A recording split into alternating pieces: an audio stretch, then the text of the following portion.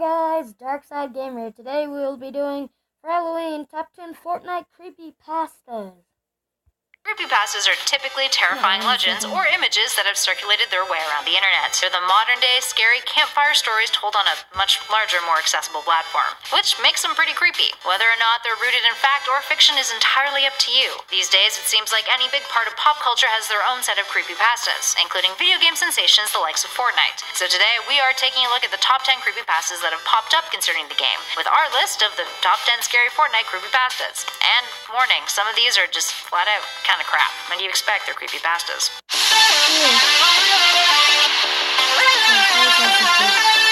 Minecraft. And at number 10, Followed. From YouTube channel Script, Followed is a story about a gamer who used Fortnite to help with his mental health since he got into an accident and almost died. He keeps seeing a rabbit with a ski mask who keeps paying him a visit whenever he plays the game. The rabbit talks to him and tells him that he will never cheat death again because of the accident. He thinks that his mother keeps letting the bunny man in, but she tells him that he's just seeing things. So one Friday night he plays a solo match and notices that everyone in the pregame lobby has the same default blonde guy skin.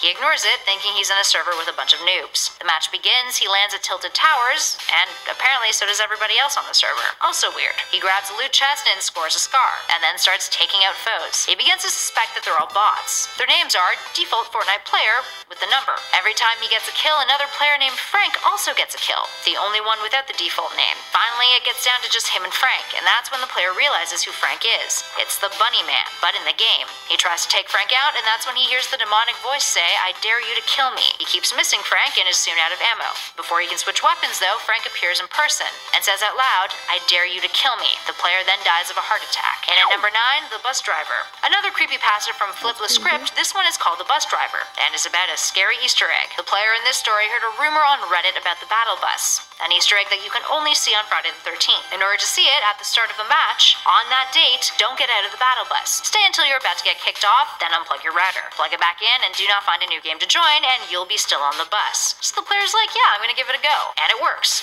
Except it's not what they expected. The bus doesn't go over the map, but rather it goes through a passage of time. Events throughout history play on the screen in front of him. Then he sees the future. He sees World War III break out, there's a nuclear fallout, and he sees his family members die. Time flashes forward again, and he sees himself trying to survive with other war survivors. A missile drops down from the sky and kills him. He's then kicked off the bus, and is pretty traumatized. And at number 8, Disappearing Teddy. The disappearing teddies are nothing new in Fortnite. They've freaked out a lot of people in the past, but generally they're kinda cool. But this creepypasta makes them a little bit more weird than most of us would like. So the player in this story is going through the motions of a regular match when he finds a box with the name Lucy on it. Opening it, he finds a rusty key and a diary. He reads the diary. It's about a 10-year-old girl named Lucy who, in the first entry, writes that it's her birthday, and that she's excited that her father took the day off work to spend it with her. She also notes that her mother recently passed away. The player decides to keep reading in hopes of figuring out what the key is for. The girl continues to write about how her father grows increasingly distant, and how she was forbidden to go down to his laboratory. The last entry in the journal reads that she is going to go down into the lab with her teddy bear. The player starts to look around the house and finds a cellar door in the backyard. The key opens it. The player then notices a burlap bag on the ground with a locket that reads, "Best Mom Ever." There's also a big torn-up teddy bear. The player continues to search the cellar, going through another door which has claw marks along the side of the wall. The player then finds a skeleton with a pistol next to it and a camcorder. The camcorder turns on and starts to play. It's the dad panicking about the mother hearing animalistic noises in the background. The player begins to leave the cellar when he notices that the teddy bear that was there when he entered is now gone. So spooky. And at number 7, Matt Rosendale likes to call himself a rancher. The problem? Matt doesn't own a single cow. Last one standing. This one tells of a kid named Bill whose parents left for the night. The babysitter hadn't showed up yet, so he went to his room to play some Fortnite. He starts a match, and everyone on his team had the Dark Knight skin on. All of a sudden, the lights in his house shut off. Bill goes to find a flashlight, but a notification pops up on his screen from an anonymous user that reads, "Why'd you do that?" Bill was confused. He goes downstairs and locks the front door, but then he hears a knock. He opens the door, and no one is there, except there's a letter. He reads it, and the words on it repeat, "Don't lock, don't look," over and over again. But the very last word on the letter says, "Hide." Bill freaks out and hides under his bed. That's when he feels air on the back of his neck. He rolls over and sees a bunch of pairs of red eyes behind him. Bill then disappeared from that day onwards, and his parents never found his body. And at number 6, The Empty Lobby. From YouTuber Big Mama Eternal, this creepypasta is about a girl named Eternal, who was a stripper. She liked to use the Battlehound skin, and thought of it as a lucky charm. She would often get a solid amount of kills when playing with it. There's also a mention of gonorrhea in this story, but we'll just just kind of skip over that part. Anyway, the skin started taking a life of its own and wanted all of the strippers' attention. And one night, when she returned home at 4 a.m. and booted up the game, the lobby was entirely empty. Her character wasn't there. Thinking it was a glitch, she restarted her system and the game.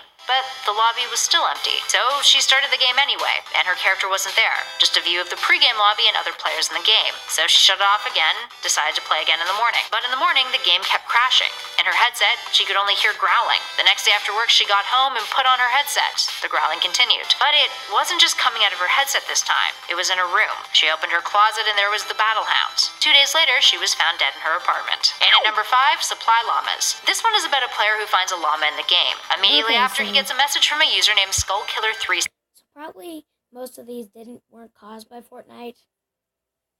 Probably not. 69, asking if he wants to get more supply llamas. But there's a catch. The player must agree to give Skullkiller his soul as a trade. The player obviously doesn't take him seriously, so he agrees. Skullkiller369 then tells him in order to do so, he can never turn off the game. The player says, yeah, sure. From then on out, the player starts finding supply llamas in every match. During one game, he and his friend decide to reset their match, and the player restarts the game on his system. He turns the system back on, and he's already in a new match. He then finds a different kind of llama, a red and black one instead of the purple and blue one. He opens it, and there's no supply.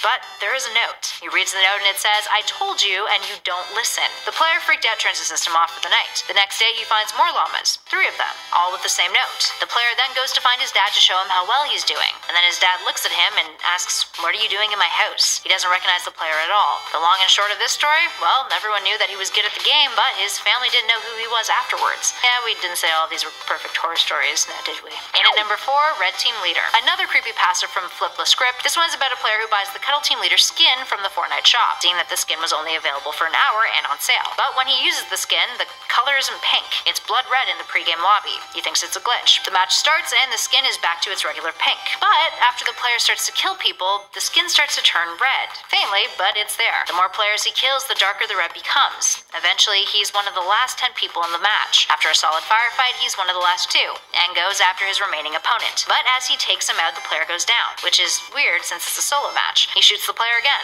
Nothing happens, the player's just down. That's when his controller in real life starts to move. His avatar also starts to move on the screen. The avatar takes out an axe called the chopping block and begins to chop off the enemy's head, decapitating him. The Cuddle Team Leader avatar removes his mask, revealing its head. One eye shot out of its head and slits on its face, forcing a smile. Then the game ends. Up next at 3, The Storm. The Storm tells the story of a terrifying storm experience during a solo match. The player in this one is going about their business, taking out foes when they realize that the storm is about to close in on them. Except it's no regular storm. This one is red, with mist. So the player runs heading towards the safe zone, but can't quite get there. He gets caught in it. As he keeps navigating his way towards the safe zone, still hopeful, images start appearing in the storm. Horrific ones. Ones that shouldn't be in the game. His body in real life starts to itch. He starts to feel actual pain. So he decides to keep running in the game, heading towards what he thinks is a launch pad. His character's health gets to 30. His body in real life begins to break out into hives. As he gets to the launch pad and flies off, his health is at 20. His vision starts to get weird. Then his health falls to 10.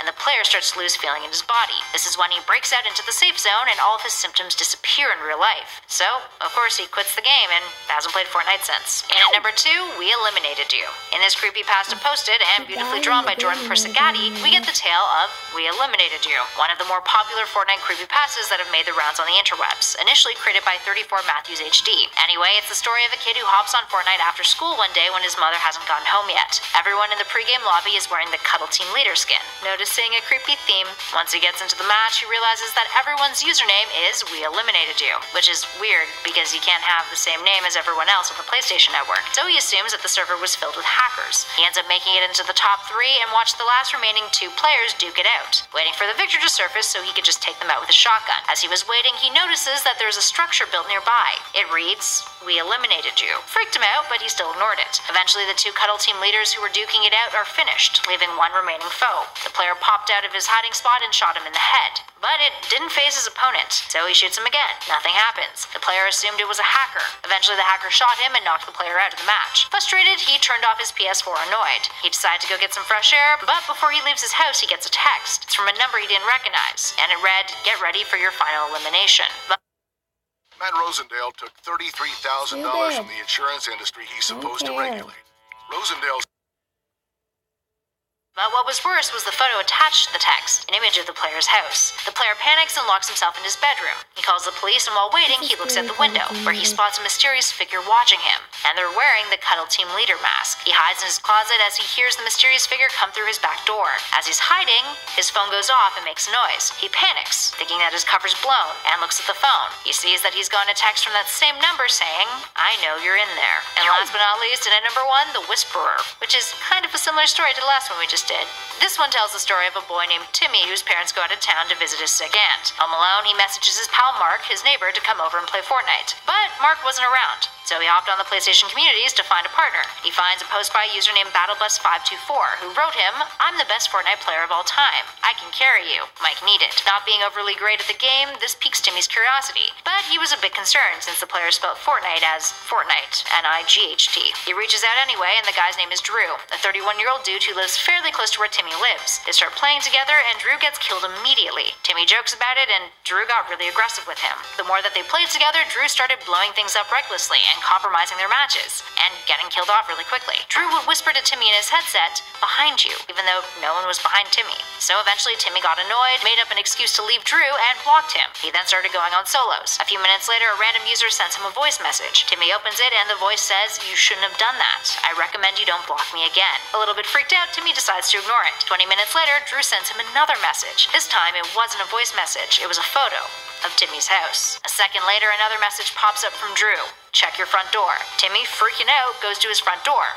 No one's there. He opens it and looks down, though, and there's a nutcracker there with a note attached to it. The note reads, "It reminds me of you." It was Timmy's favorite skin to use in the game. Timmy calls the cops and messages his friend Mark, who tells him that he was right to message him. He saw a guy in the bushes out front of Timmy's house. Timmy goes to hide in his parents' closet, when he remembers that he didn't lock the back door. That's when he hears the door creak open. Timmy panics and keeps texting Mark, who tells him to be quiet and not make a sound. He hears someone moving around the house, whispering, "I just want to play games." 10 minutes go by, and Mark starts to worry that he hasn't gotten a response from Timmy for all of his last messages. Finally, he does get a message from Timmy, though, and Timmy says that one of their neighbors knocked the guy out. Mark asks if Timmy wants to come over and spend the night at his house to feel safer. The response he gets back reads, "Come over. I want to play Fortnite." In other words, Timmy's dead, Mark. Alright, there we have it, friends. Well, most of those were pretty stupid. Which of these creepy Wait. spend the night at his house to feel safer? The response he gets back reads, "Come over. Wait. I want to play Fortnite." Wait, so he said one of our neighbors Timmy, are you okay? Yes. One of our neighbors saved me. He knocked the guy out. And he saw the guy getting into my house and followed him. He knocked him out with a baseball bat and told me I was safe. Dude, I'm happy you made it out alive. Do you want to come over and stay at my house? Come over, let's play Fortnite. What the frick? Fortnite. You're starting to scare me, bro.